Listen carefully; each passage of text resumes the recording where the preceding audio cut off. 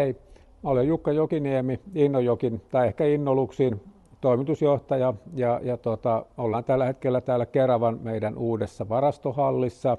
Evona Villa aluksi vähän mietitytti, että kuinka sitä pystytään leikkaamaan, mutta meillä on hyvä vannesaha ja sitten saatiin hyviä veitsiä ja se osoittautui, että sen leikkaaminen oli oikealla työkalulla hirveän helppoa ja erityisesti se leikkuu puru ei ärsytä eikä kutita. Että se oli meidän mielestä erittäin tärkeä osa. Ja se, että tämä Evona on myöskin kierrätysmateriaalista tehtyä, niin tämä ideologia oli se, että käytetään kaikkea uusiutuvaa ja kierrätettävää niin paljon kuin ikinä pystytään, niin sekin nyt kyllä toteutui tässä ihan täydellisesti.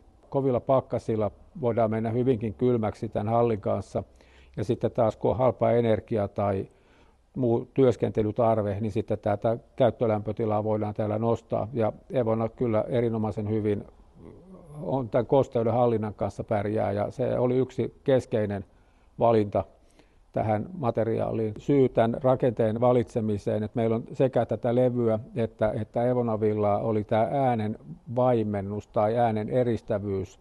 Jos me olisi laitettu vaikka tämmöinen uretaani peltikuori sandwich, niin sieltä olisi tullut tuplasti tuo melu tänne hallin sisälle. Nyt se melun vaimennus on kyllä erittäin hyvä tässä hallissa.